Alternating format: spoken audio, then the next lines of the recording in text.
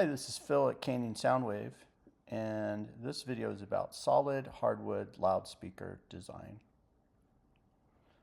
Certainly, there's been plenty of loudspeakers, monitors, and such, pro and home audio, that have been built out of solid wood over the years, and really, that's probably where things started back in the day. But many very classic and beloved speakers have been made out of solid wood, and I've shown a few here. This is Sonus Faber, the Minima FM2, Electa Amateur, and Maxima Amateur. All of these speakers are made of solid hardwood, and they've been a steadfast manufacturer who's used hardwood in their processes and made some outstanding speakers out of hardwood. Here's some more that I won't go into as much, but Sonus Faber is not the only one that is still making speakers out of hardwood. Currently, we can see that recently Pearl Sibelius, the Fernan Roby Raven 3, and the Fleetwood Sound DeVille all use solid hardwood construction, the DeVille SQ, I should say.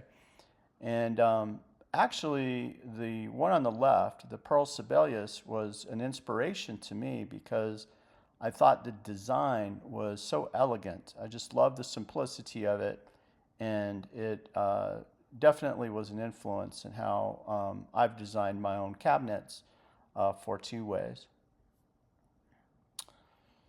So why would you use wood? I mean, if we look at a lot of different materials that are used in loudspeaker construction, whether it be MDF, Baltic birch plywood, solid wood, and here I have both red oak and black walnut, which I use commonly, engineered composite, and aluminum, you can see that I've bolded and colored things that I kind of wanted to flag to you. In red are kind of the red flags, right? So for MDF, we can see that structural rigidity is low. So you see a need for a lot of reinforcement in these speakers, made out of MDF because, well, they'll move around and they're not dead because the material itself has a lot of movement. Baltic birch plywood has some of the, because it is wood, it's not solid hardwood, but it's a plywood, it still has some of the disadvantages of wood, but it's eliminated many. The internal damping is still low to moderate, which you would also see in solid hardwood. But you get to the solid hardwoods and you do have a lot of challenges. First of all, the isotropy of the wood or the grain makes it directional, so you get resonances from that directional grain. We tend to have very low damping, so it doesn't absorb the sound and soften it as an engineered composite might do.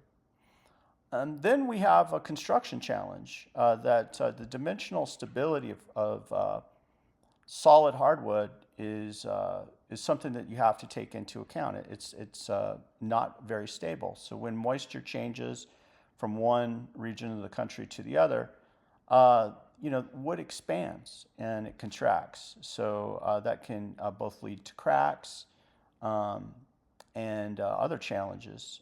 So wood has that disadvantage.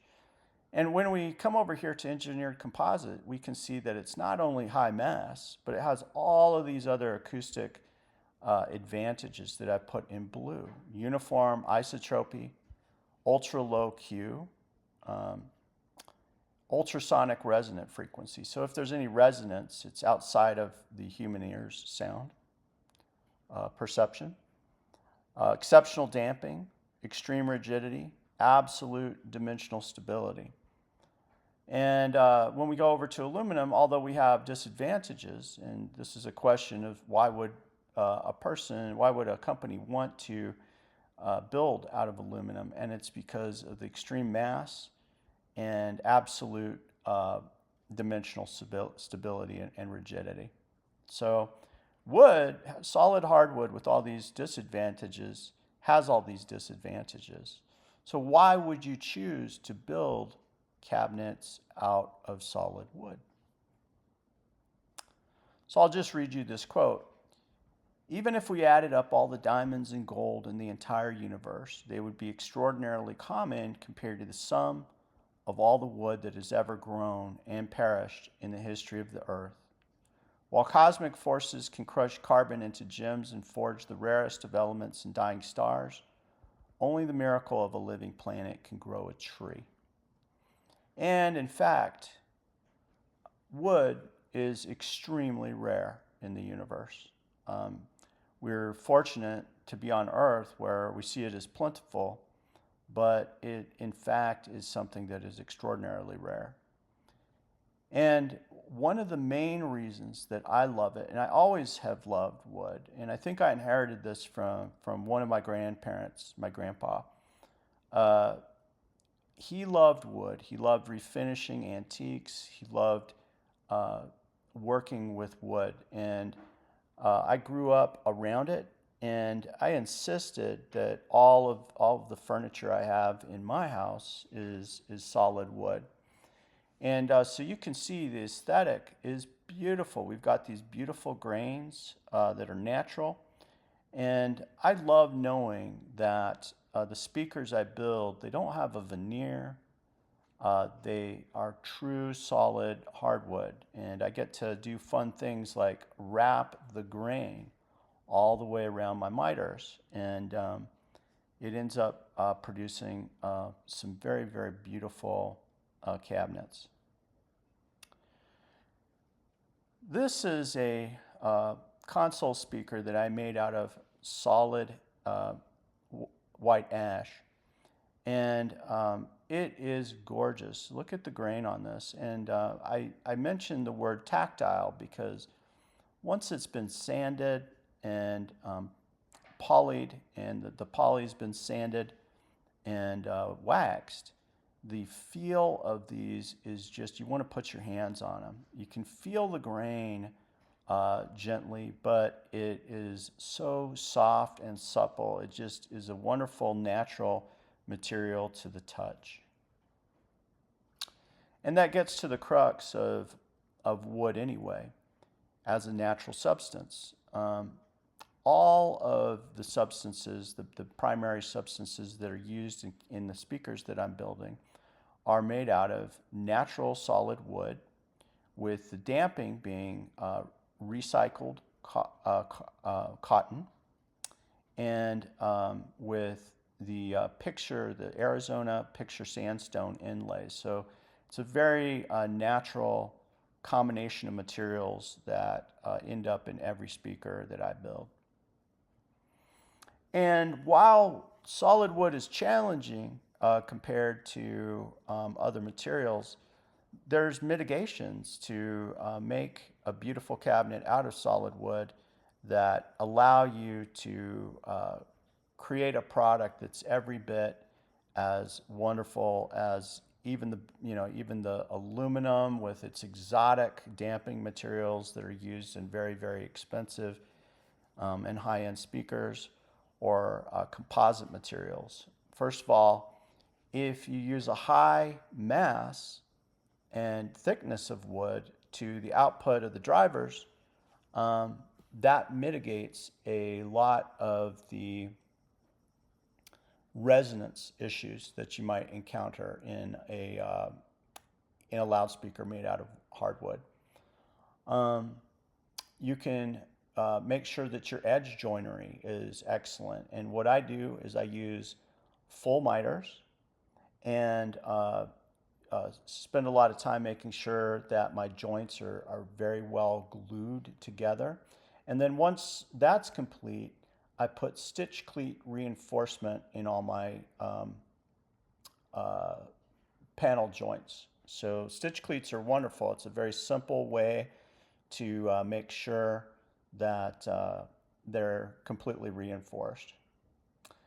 And all of my designs feature a sandstone baffle inlay, or even a whole slab on the baffle if it's a console design. And that breaks up resonances in the main surface that would be propagating those resonances. So that's key to the design. And then the last thing is to make sure that the cabinets, once finished, are loaded with that recycled cotton denim dampening. And that ensures that they're more of a dead, non-resonant cabinet. And so that's what I work on. And when I listen to my loudspeakers, even with a lot of output, I notice that I can barely feel any resonance in the cabinet. Now, I don't have fancy equipment to measure those resonances, but just using my hands, I can feel that the sound is contained within the speaker itself. So I just wanted to explain why I love solid hardwood and love working with it, and also why I think that, at least for me, while those other materials are totally valid choices and have their own merit, for me, wood is the only way to go because it's the most beautiful, it feels the best, and when I think of music, I associate it with those natural materials, and so I wanted to make my speakers out of solid hardwoods. Anyway, that's just a quick video to tell you what I'm doing, and if you build your own speakers or you're interested in what I'm doing, this is just checking in with you. So, drop a comment. Let me know what your experience and preferences are and why. And thanks.